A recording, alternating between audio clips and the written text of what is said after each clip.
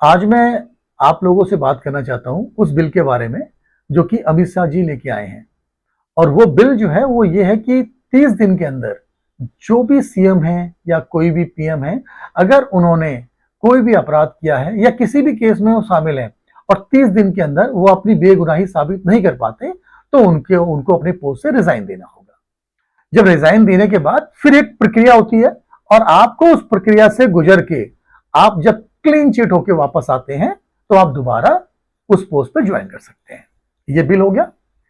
बहुत सीधी सी बात, इसमें कहीं कोई बात नहीं है, सिंपल सी बात है कि भाई अगर मेरे ऊपर कोई एलिगेशन लगा है तो मैं इस पोस्ट पे बैठने के काबिल नहीं हूं। इससे ज्यादा इसके अंदर और कुछ नहीं है। लेकिन हुआ क्या है, इस बिल को लेके भी बवाल मच गया है कि इस बिल का दुरुपयोग होगा जी। मुझे सिर्फ एक बात बताइए, तो ये चीजें तो आम आदमी के साथ भी हैं। आम आदमी के साथ क्या होता है, आम आदमी के साथ भी अगर एक कोई एफआईआर हो गई तो उसको भी तो नौकरी जाती है। तो फिर तो ये चीज रुकेगी कहीं नहीं। मतलब आम आदमी अपनी गवाही साबित करता रहे, कोई बात नहीं, वो जेल में पड़ा रहे, उससे कोई परेशानी नहीं, उसके ऊपर सारे एलिगेशन लग जाए, कोई बोल। लेकिन जो नेता है उससे कुछ नहीं होना चाहिए, क्योंकि वो नेता है। नेता किसने बनाया? आपने और हमने ना। हम जब लोकतंत्र की बात करते हैं, हम जब संविधान की बात करते हैं, तो ये लोकतंत्र और संविधान का ही तो हिस्सा है।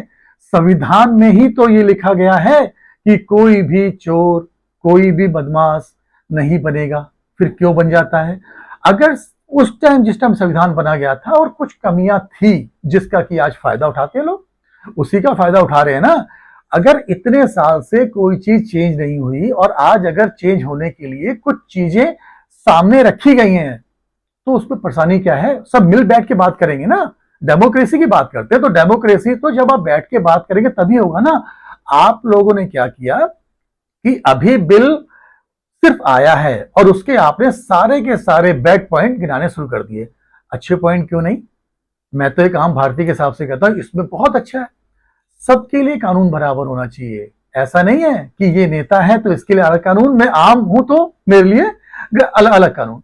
लोकतंत्र का मतलब ही यही होता है, जब एक आम आदमी नीचे से लेकर ऊपर तक पहुंच सकता है। तो अगर वहां बैठा हुआ कोई भी व्यक्ति किसी भी पोस्ट पे है, अगर वो क्राइम करता है, किसी केस में आता है, तो उसकी भी वही सजा होनी चाहिए जो एक आम आदमी की है। लेकिन क्या होता है कि सिर्फ पावर, पैसा और पोस्ट, इनको लेके हमारी चीजें चेंज हो जाती हैं। जब ये चीजें सेम रहेंगी और कहीं भी किसी को इसमें परेशानी नहीं होगी, तो मुझे नहीं लगता कि इस कानून का कोई भी दुरुपयोग करेगा। आप एक चीज बताइए, मैंने तो बचपन से एक ही चीज पढ़ी है कि जो हमारे पुराने जो हमारे नेता थे, जो हमारे लाल बहादुर शास्त्री जी थे, जो हमारे सुभाष चंद्र बोस जी थे, उनके सिर्फ एक नारा, उनका एक नारा कि तुम मुझे खून दो मैं तुम्हें आजादी दूंगा, ये सुनने से ही लोगों के अंदर एक जोश आया था। पता है क्यों? क्योंकि उनके अंदर एक नैतिकता थी। लेकिन आज क्या है? आज सिर्फ और सिर्फ नारे हैं, नारे के अलावा कोई नहीं है। आप सिर्फ नारे लगाते रहिए और नारे बस तब तक लगते हैं जब तक आप स्टेज पे खड़े होते हैं। उसके बाद नेता को भी नहीं पता कि मैंने क्या क्या नारा लगाया, और जो जनता वहां थी उनको भी नहीं पता कि उसने नारा क्या लगाया था। तो मेरे हिसाब से इस बिल में कहीं कोई इश्यू नहीं है, कहीं कोई प्रॉब्लम नहीं है। हाँ, परेशानी उनको है जिनके दामन जो है वो काले हैं।